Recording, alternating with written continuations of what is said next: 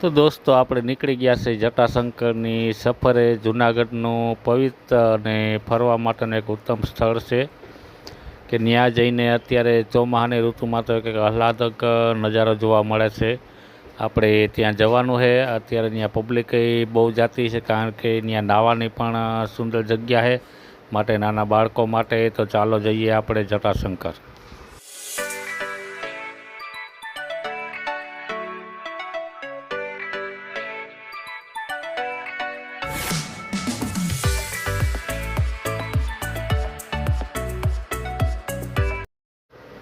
દોસ્તો તો આપણે પહોંચી ગયા છે હવે જટાશંકર જવાના રસ્તે। જટાશંકર જવા માટે દોસ્તો આપણે જે રોપવે બન્યો છે તે એશિયા ખંડનો મોટો રોપવે આમ તો કહેવામાં આવે છે। અને સામે તમને દેખાય તે ગિરનારનો નજારો છે।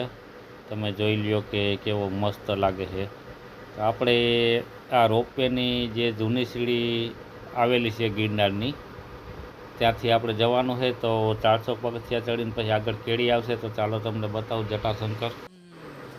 દોસ્તો તો આપણે હવે જટાશંકર જવા માટેની યાત્રા શરૂ કરી દીધી છે। ને જો મિત્રો તમને આ વિડીયો ગમે અને મારી ચેનલ ઉપર જો તમે નવા હો તો સબસ્ક્રાઈબ કરવાનું ભૂલતા નહીં અને લાઇક ને શેર તો જરૂર કરી જ દેજો। નવા વિડીયો બનાવવાનું ચાલુ કર્યું છે દોસ્તો। થોડી ઘણી ખામી છે છતાં પણ હું તમારા માટે બેસ્ટ વિડીયો બનાવવાની કોશિશ કરી, તો સપોર્ટ કરજો।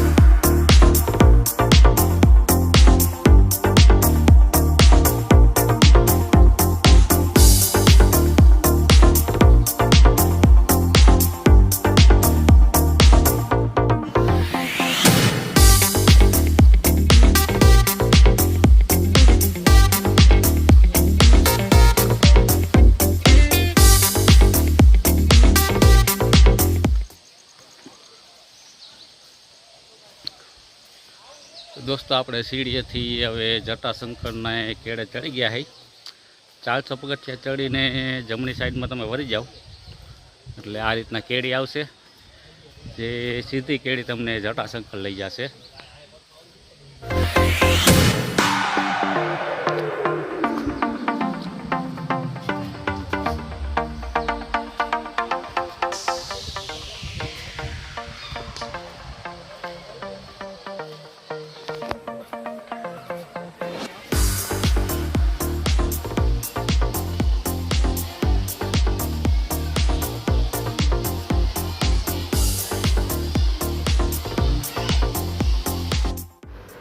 ખાસ કરીને દોસ્તો અહીંયા લોકો રજાના દિવસમાં બહુ પુષ્કળ પ્રમાણમાં આવે છે અને તે પણ નહાવા માટે જાજા લોકો આવે છે. તો નહાવા જે લોકો આવે તેને મારે વિનંતી કે નહાવા જરૂર આવો, પણ સાથોસાથ મહાદેવના દર્શન કરવાનું ભૂલતા નહીં.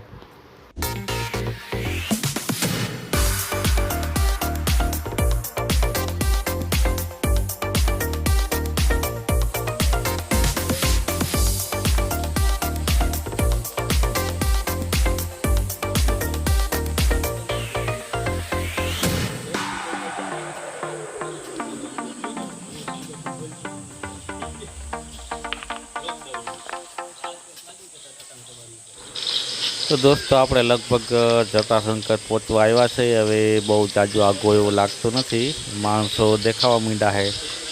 તો ચાલો ધીમે ધીમે આગળ વધીએ.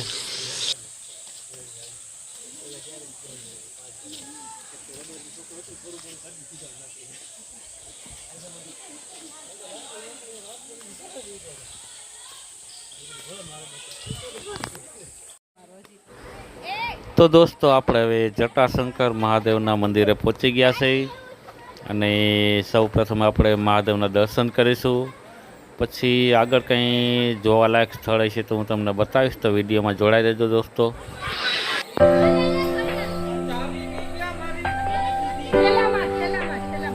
આવતા